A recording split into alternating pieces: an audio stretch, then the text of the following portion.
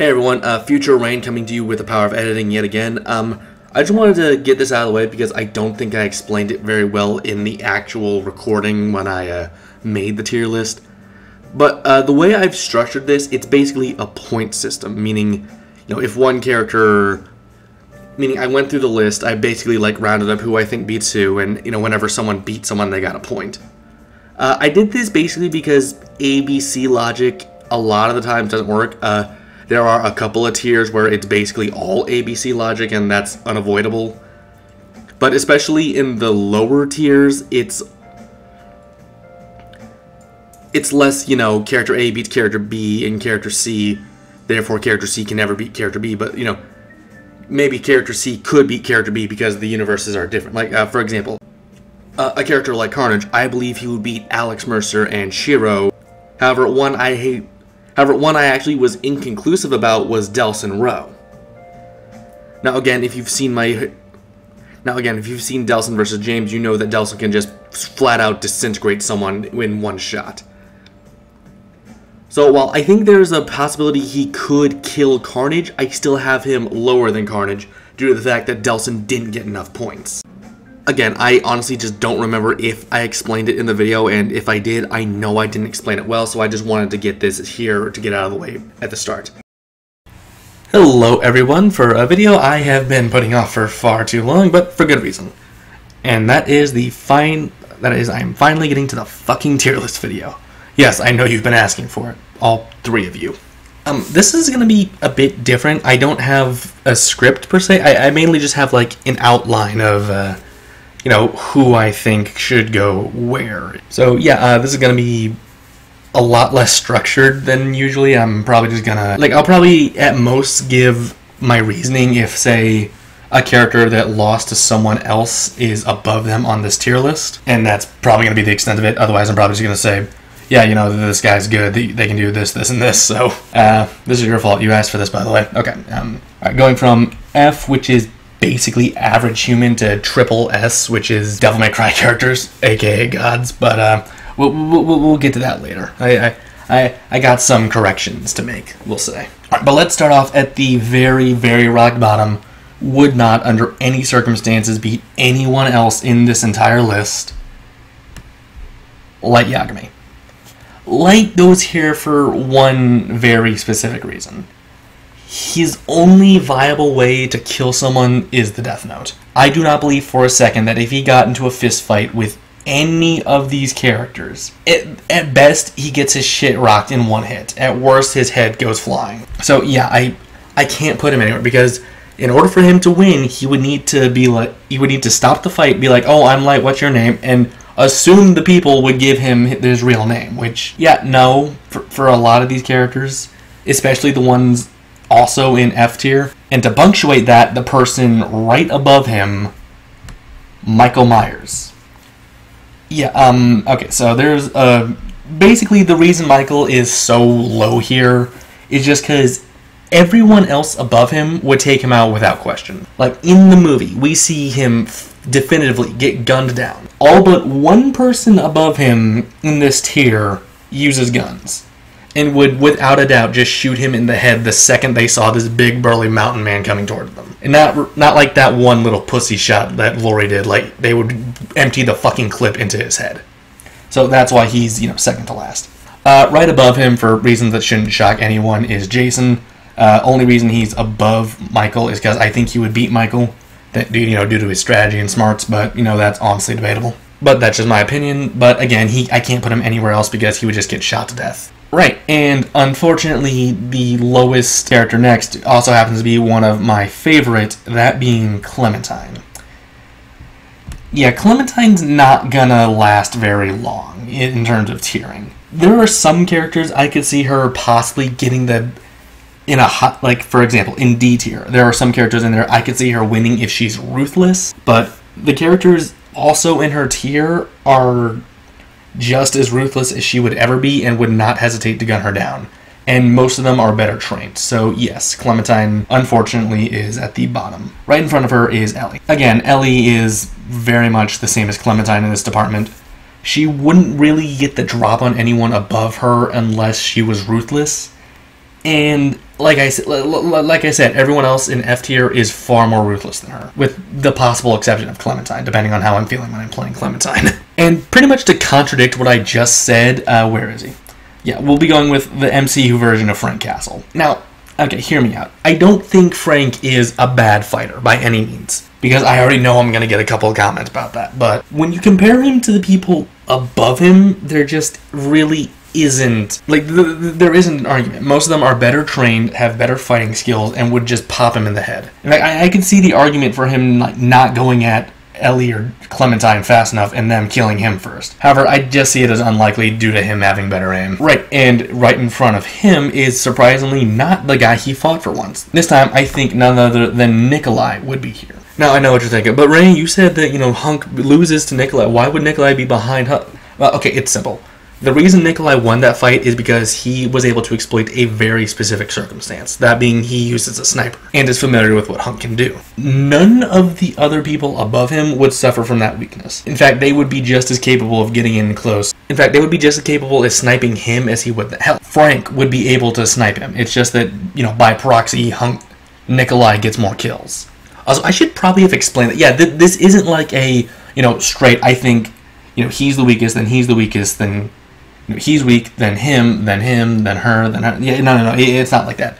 I labeled this more as I gave people points based on how many people in their category I think they would beat. And whoever has the most points gets to the top of that category, and that's really it. Alright, right in front of Nikolai is going to be, and right in front of Hunk is going to be John Wick. Yeah. Basically, just better skilled, could very easily get a shot on Nikolai while Nikolai's aiming, would completely destroy him in a fist fight, so I don't really have a lot to say here. Now, second to top in F tier is going to be Hunk, without a question. With the exception of Nikolai, due to the very specific circumstance of Nikolai being a sniper, would destroy any of these other opponents in a gunfight or a fist fight. And considering that I used Composite Hunk, who has a cloak, hidden blades, and extra equipment, there is no question that, aside from number 1 in F tier, he would destroy anyone else in this tier. But there is one person I think is above him, for the sole fact that they have one very broken ability, and that man is Lelouch v. Britannia. Okay, now, let me make one thing perfectly clear. If this was just on his ability to win a fight, Lelouch would be under light. He is worthless in a fist fight, probably not all that good in a gunfight, and really just, he's not built for combat. But he has one fucking trump card, the Gyas. The Gyas is you look into someone's eyes and you win. There is no resisting it so far that we've seen unless you are part of his bloodline. The only downside is that it does not work. Oh, wait a minute. Wait, no. Oh no, I messed up, it doesn't. I just realized that I wrote this whole fucking thing out and I didn't even think that in every incarnation you can't see Hunk's eyes. Wow. Oh, okay. Wow. Okay. Okay. In that case, Hunk is the king of F tier. Nice going. Okay, but what I still said stands. Anyone else, Lelouch just needs to look into their eyes and boom, you're gone. Okay. Now let's move on. That was okay. Moving on to D tier. I don't know why I scrolled up. I don't need to. We get, the slightly more powerful characters. Not superhuman quite yet, but, approaching there. And at the very bottom of this list, which will once again surprise a few people, I'm sure, because he won his fight, is Izaya Orihara. Now, Izaya is once again at the bottom because everyone above him would take him out without question. Best case scenario, he gets shot and limps away. Worst case scenario, he tries to sword fight Edward Kenway or Talion and gets decapitated. While he does have really good physical abilities, they just aren't going to carry him against someone who's genuinely more skilled than him in every way. And if I can find them, right over him will be Edward Kenway. Now again, Edward, a great fighter. Not going to deny that, not arguing that. But looking at the other fighters in this category, he simply doesn't compare due to one factor or the other, whether that be fighting abilities, gear, or just plain can't keep up with them. And in the exact same boat as him should not come to surprise. It is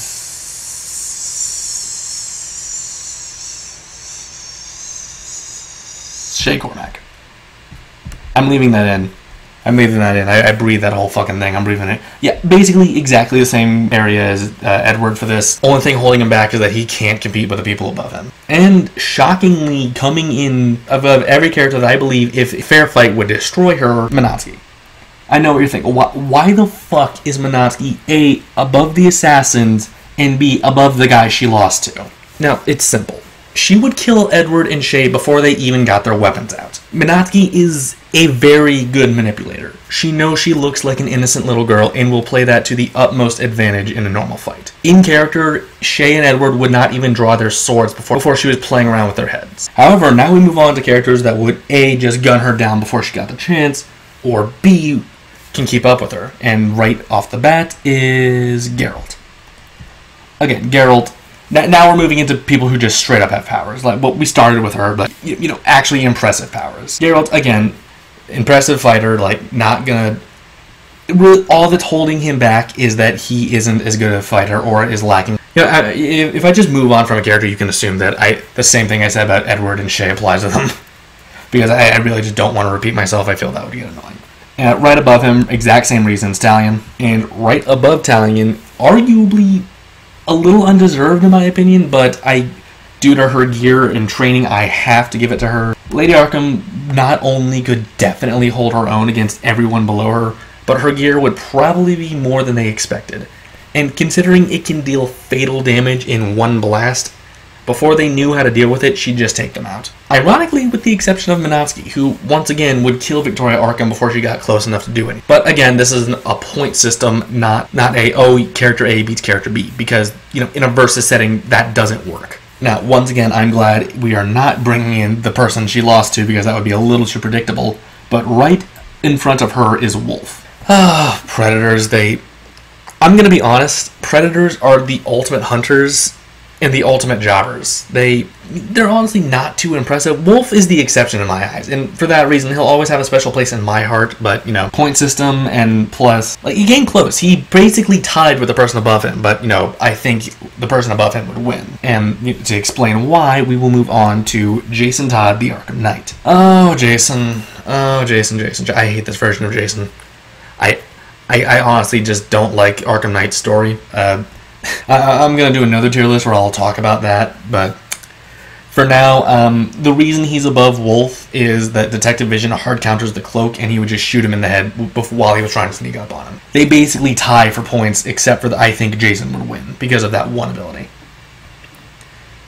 But moving on ahead of that is, ironically, the guy Wolf lost to, Jango Fett. Again, I could probably have made an argument for putting Jango in C tier, but I just felt he felt more natural in D, if that makes sense.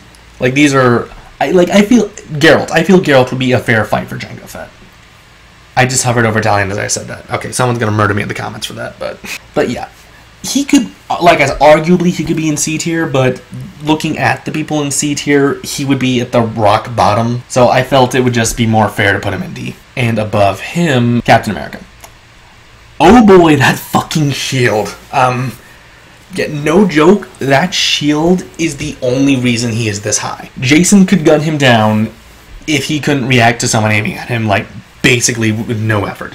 Talion could probably teleport and stab him if that shield wasn't impenetrable. Minatsky could probably disembowel him if she could get around the shield, but almost no character in this tier can get around that shield. And that, on top of the fact that Steve is genuinely a damn good fighter who earned his place, you're just not going to beat a literal immovable object. Unless, of course, you are the Dark Knight Batman. Yeah, do I really need to explain this? Arkham Batman versus MCU. I don't think this is something that needs to be explained, but he no-sold Deathstroke. He made Deathstroke a completely enhanced superhuman look like a bitch. So I don't think it's a stretch to say he could do the same thing to a character who is also a super soldier from another universe. We're just going to leave it at that. Also, his gear and tactics is so fucking broken, he would probably one-shot most of the people below him. Right, moving on to C tier. I don't know why I scrolled up again. That was unnecessary. At the very bottom is Delta. Oh, Delta. Oh, I fucked up the coloring on that one. That's gonna annoy me. Yeah, Delta. I got a lot of flack for, not using the perks, but I really don't think they'd help. Like, my whole argument was that the guy that beat him, Nemesis, was so durable, it didn't matter what damage Delta did because he could not bring him down. Don't get me wrong, I've looked at the perks, I just don't think they would change the outcome. I don't really have anything else to say. Moving on, once again, to the guy that beat him, Nemesis. Not much to say here, except that Nemesis is just honestly lacking... How do I say this without being mean? Nemesis is kind of dumb. Nemesis gets as high as he does because he is very durable and very persistent. Like, if you can beat this guy in any physical area, chances are you could just evade him long enough for him to lose interest and find a STARS member. And to prove that point, okay, Reboot Virgil. What is there to say about Reboot Virgil that hasn't been said? He's kind of mediocre power-wise. An acceptable fighter. Like, I don't think if you equalized his, movement speed and attack pattern, that I don't think he would beat Geralt or Talion for that matter. No, I don't think he would beat Victoria Arkham if you equalize the stats, but honestly, he just moves way too fast for anyone in the lower tier to hit him and for Nemesis to get a good kill. However, someone who is fast enough to hit him and hits hard enough to do damage, Jack Krauser. Now, why would Krauser beat Reboot Virgil? Well, it's like I said, Reboot Virgil really isn't skilled. All he has is his enhanced abilities, which he has very clearly heavily relied on. Now, if he focused more on implementing his abilities at a more opportune time, or, just straight up trained more, he'd probably be in at least B tier. But considering he's only an okay fighter and isn't that impressive with his powers, I can't... I'm putting Jack Krauser over him. What more do I need to say? And rounding out the Resident Evil characters is someone I've very clearly used before. I think the only character I've used twice? Correct me if I'm wrong, but yeah, Wesker. I think so far he's the only character I've used twice. Not much to say here. Again, I think Wesker was undefeated in this category. I'm pretty sure Wesker beats everyone here 1-on-1. And again, the only reason I'm not putting him in B is because he basically get fodderized by the characters in that tier. Now, moving on to someone I actually have something to talk about. So hopefully the video will get more interesting. Andrew Detmer. Andrew gets as high as he does because of one ability, and that is the ability to ignore durability. I am not joking when I say most of the people below him, if he did not have that ability, could take him out. He isn't trained as a fighter and really doesn't use his abilities as well as he could. What I will say is that he 100% has the killer instinct needed to bring someone down.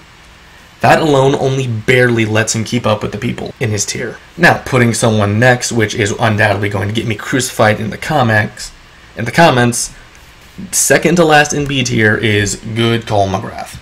Now, don't get me wrong, people. Cole is an excellent fighter, amazing tactician, completely understands his skill set and how to use it. My only thing is, the other characters above him they outclass him. The next person I'm gonna list off is gonna explain it all, but when it comes down to it, he just doesn't have the firepower to bring down the people ahead of him as fast as he needs to.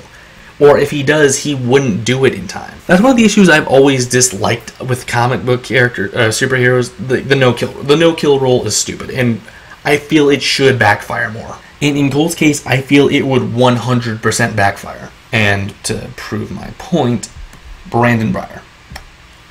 Brandon would not give Cole half a second. The second Cole started using his abilities, Brandon is going to recognize that this guy has powers as well, have a panic attack, and run into him so fast that Cole is exploded into little bits. Could Cole beat Brandon? Yes, if he shocked the little bastard to death before Brandon got him first. But he's not gonna do that.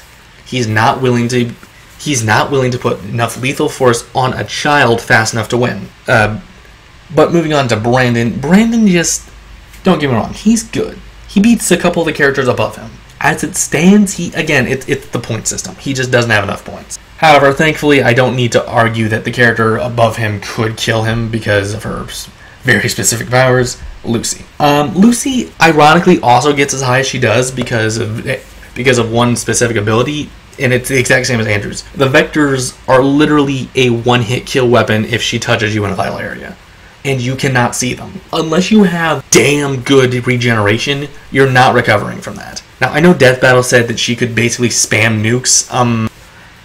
If you want to have that position, that's fine. I'm not going to argue with you.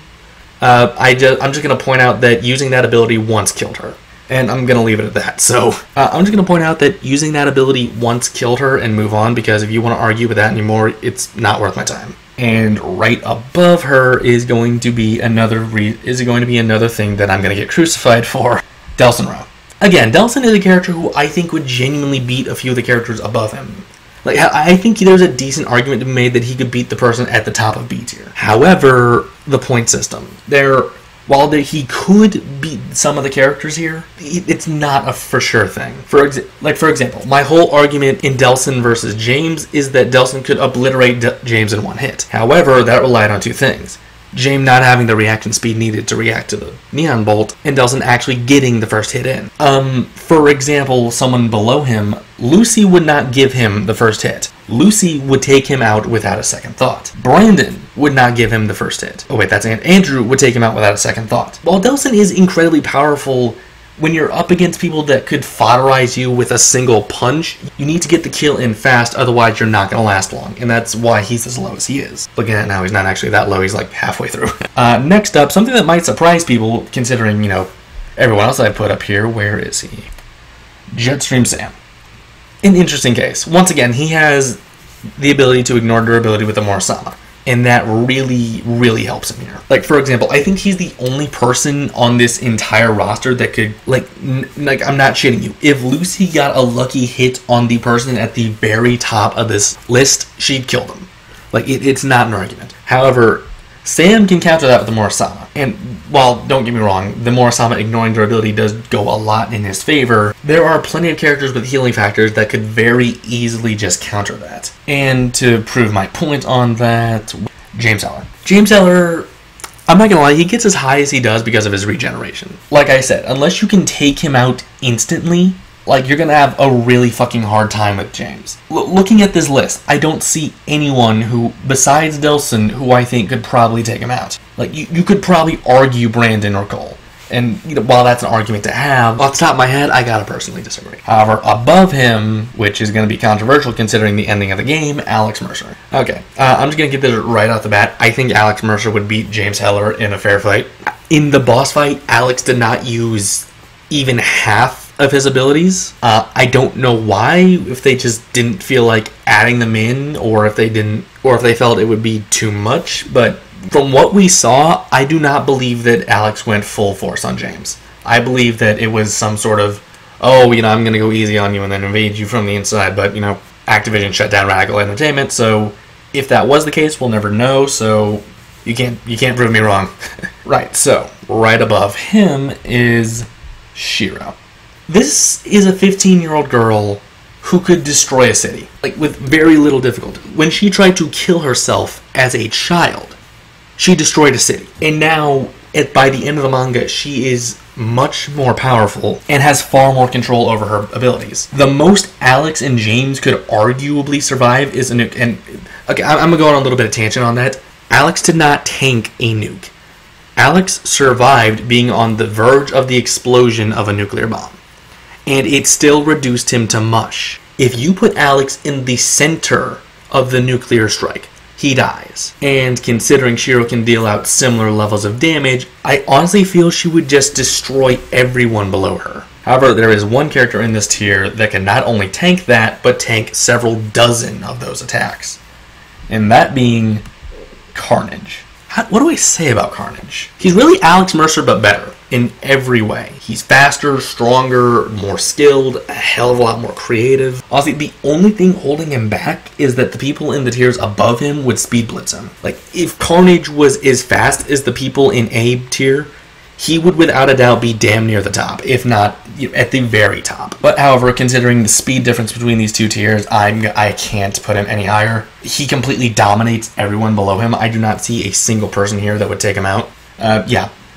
Again, if he was any faster, which I know some people think Carnage and Spider-Man are faster than Light, I don't buy into that, but that's neither here nor there. So yes, Carnage is only held back by his speed. At the very bottom of A tier, Chie. Again, not much to say here. She just doesn't compare to the people above her in terms of tactics. She's a damn good fighter, it's just that she's not a good thinker. If you were to put her up against someone who is just as gung-ho about run, like, for example, I think she could beat Kanji in a fight. Like Kanji would be an excellent match for her, but at the end of the day, when fighting someone who can apply a dedicated strategy, she's gonna go down pretty hard. Right, next up below her is, unfortunately, my favorite Persona protagonist, Makoto Yuki. Really just not much to say here. Like, Orpheus is just it's just an unimpressive persona. Its most useful ability, Kasenda, you need outside help to do. Aside from that, Orpheus is just a low-tier persona that Makoto can't really do much with, and unfortunately because of it, I can't rate him any higher. Ironically, right above him is Makoto from Persona 5, the inferior Makoto. Now, again, like, the only reason I think Makoto is above these two is because she A, is a better strategist, and B, has a much more useful persona. Aside from that, I think give Chie more strategy or Makoto a better persona, and I think she'd honestly be lower. She might be at the bottom. Next up, which is one that might get me crucified, but I'm going to touch up a bit more on him later, but right now we're going to go with V. V is a special case, but his familiars carry him really fucking hard. Like I said, Nightmare supposedly could have killed Urizen. If Nightmare was, more trained and, a better fighter, and V showed more control over him, he'd probably be, in the same tier as his other Devil May Cry characters. But again, I'm gonna touch up more on that when I get to them. So for now, we're just gonna leave V in A tier. Next up, Best Boy. I really wish I could put him higher. Like, no joke. If I could make any argument to put him higher than I did, it would be being made. I would be fighting tooth and nail for this point. But realistically, this is as high as he goes. And the reason for that is everyone above him either exploits his weakness or is immune to his main mode of attack. It doesn't matter that he's arguably one of the strongest Persona users in the series. If he can't hurt you, he's fucked. And to rub salt into the wound, the person right above him is Ren, whose base persona, Arsene, you could just level up Arsene's crappy abilities, go into the Akechi fight, and he could not hurt you with a single curse skill.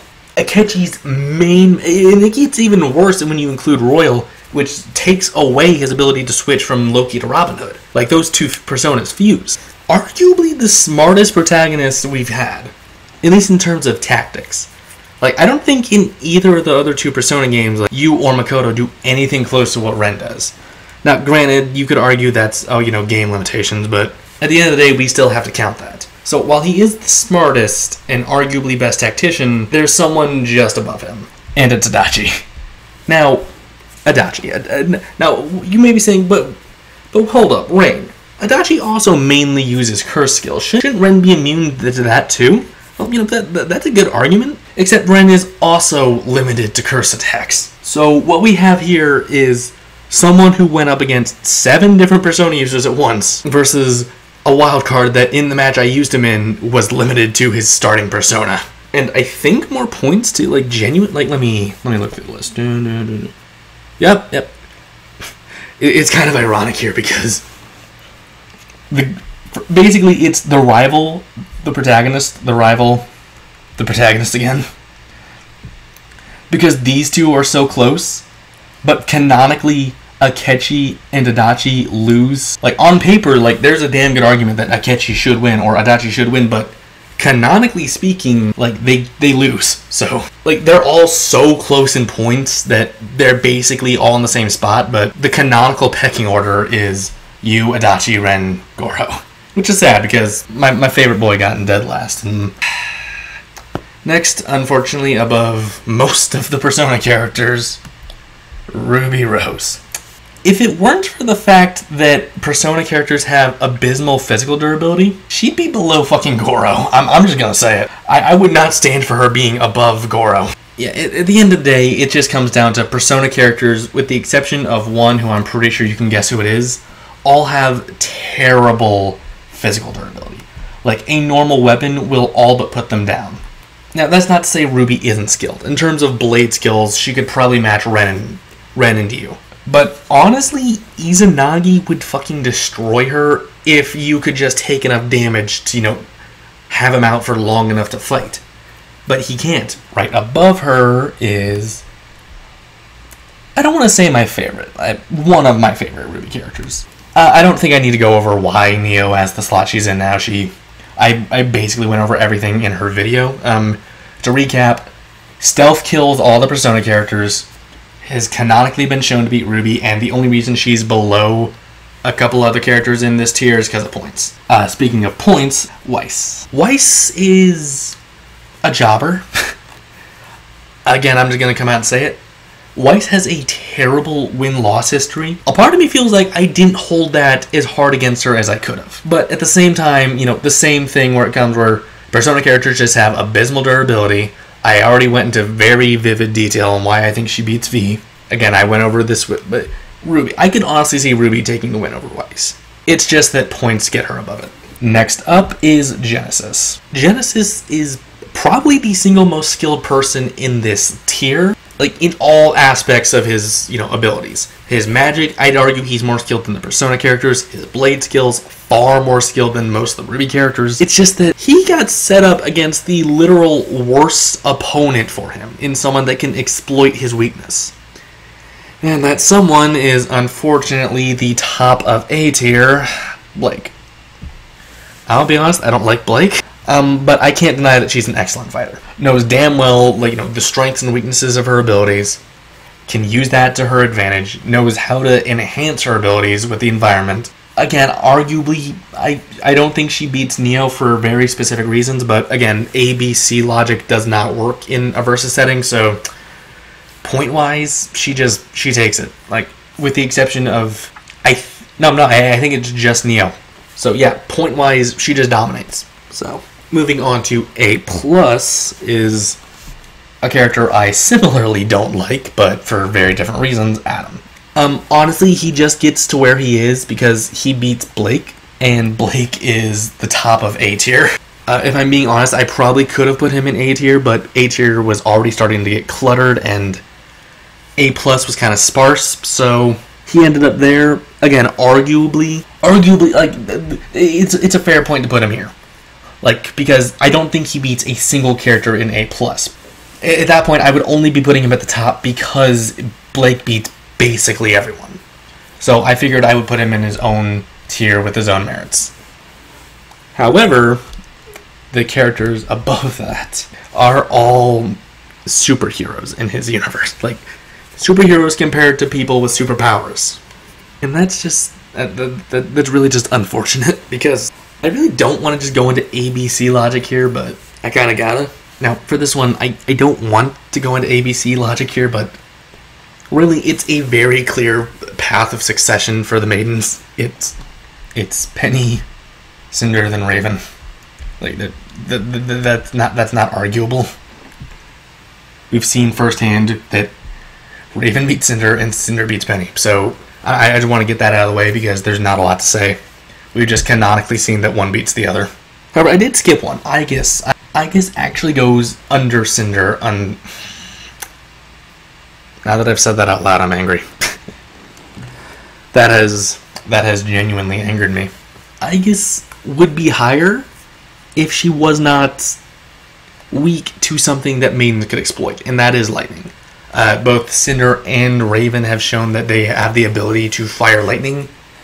Penny, I'd make the argument that she just didn't know how to use her powers yet before her death, and that's why, she didn't fare as well. Also, I didn't use Maiden Penny, so that's kind of a null point, but these two can exploit her weakness, Penny couldn't. This is the one tier where it really is just ABC logic. I won't fight that. I know I said I didn't want it to be, but sometimes it has to. Next up, moving on to S tier. We're getting into the best of the best here. At the bottom is Itachi. Really interesting, amazing abilities, very bad, I cannot praise Itachi as a fighter enough. He is both overpowered and completely balanced at the same time, and it's kind of amazing because without his Mangekyo abilities, he destroys everyone in B tier down. And I know that, not too impressive, But you gotta remember, that includes Carnage, Shiro, and Alex fucking Mercer. And again, this is without his Mangekyo abilities. And once you add those abilities, he just becomes flat out broken. In fact, the character above him, who I'm quote unquote putting above him, I'm not really putting above him. These two tie in terms for me. Like, I could see one beating the other very easily, depending on how the match goes. But tied with Itachi is the one-winged angel himself, Sephiroth. Not too much to say here. Like, again, an amazing fight. Without the use of any of his abilities, I'd argue he'd destroy everyone in even A tier, A plus tier below him. However, Sephiroth also doesn't suffer from the same physical weaknesses as Itachi, so I don't want to hold that too against him. But yeah, these two, I really feel just even each other out. And so they're going to remain tied in S tier. Moving on to double S tier. Double S tier comprises of basically, everyone that's not a Devil May Cry character. I'm just gonna rip that band-aid off now. Now, at the bottom of double S tier, it's gotta be Godzilla. And again, this is really something I don't like, which is ABC logic, with the exception of one character in double S tier. But unfortunately, I've already laid out my reasons for why I think Kurama wins, and Madara straight up controlled Kurama. So I don't have a lot to talk about here. It's one, then one, then one in this case. However, where does that leave Dio? And why the fuck is Dio so high compared to when I put him in my video? Well, I underestimated Dio because I forgot about a very specific scene in Battle Tendency where someone who scales to Dio dodges light. Now, I'm not making this up. Part 1 Dio is faster than light, who a Hamon-enhanced Joseph Joestar was able to keep up with. Dodged light. Joseph is physically weaker than his grandfather Jonathan, the same man who fought Dio. That being said, Dio has a very direct showing of being faster than light too in Stardust Crusaders. Now, I know I said I wasn't going to count Stardust Crusaders, but this wasn't with his stand. He straight up fought a Stan's abilities with his bare hands, and Stans are explicitly shown to be faster than light. So, Dio, through the sole fact that he's faster than light, ends up in triple S tier. Now, he does not have the strength needed to fight Nero or, God forbid, Virgil, but I just wanted to point that out, that's the reason he is as high as he is. Now, Nero and Virgil. Why did I create 2 new tiers to place them as high as I did? I lowballed the fuck out of these characters. I'm just gonna come out. I lowballed the hell out of Devil May Cry characters. I don't know what kind of copium I was on when I made those videos, and I, fought for some reason so hard to defend the position that Ruby Rose could fight evenly with Nero. Yeah, no, looking at the feats and the scaling, it just doesn't make sense. Feel free to be smug in the comments, because I honestly don't know why I defended that position as hard as I did. I think I just thought it would be more interesting that way, if I'm being completely honest. Because, realistically, back then, I didn't understand it. And when I was challenged, I think I was just like, well, shit, if I change this, then, well, it's boring because Nero one-shots, or Virgil one-shots, or, anything like that. I think that had something to do with it, but probably a very big part. I wanted to be entertaining and, have some suspense as to who would win. However, looking at what they can do, objectively, I was in the wrong making those videos and taking the positions I did. I still agree that they're more entertaining because I did that, but from an analytical standpoint, no. No, that's just not true. Why do I think Virgil could beat Nero? Because Nero is literally a weaker Virgil at that point. His abilities are a weaker copy of Virgil's abilities. The exception of the Devil Bringer, which, don't get me wrong, is really fucking strong. Very, very closely fought with Devil May Cry 4 Dante with it. Virgil, even in Devil May Cry 3, is a much better fighter. Alright, and this is the full... These are all the copies. I added too many images. And that's it. Alright, starting from the bottom, we got that. We got from Light Yagami to Virgil.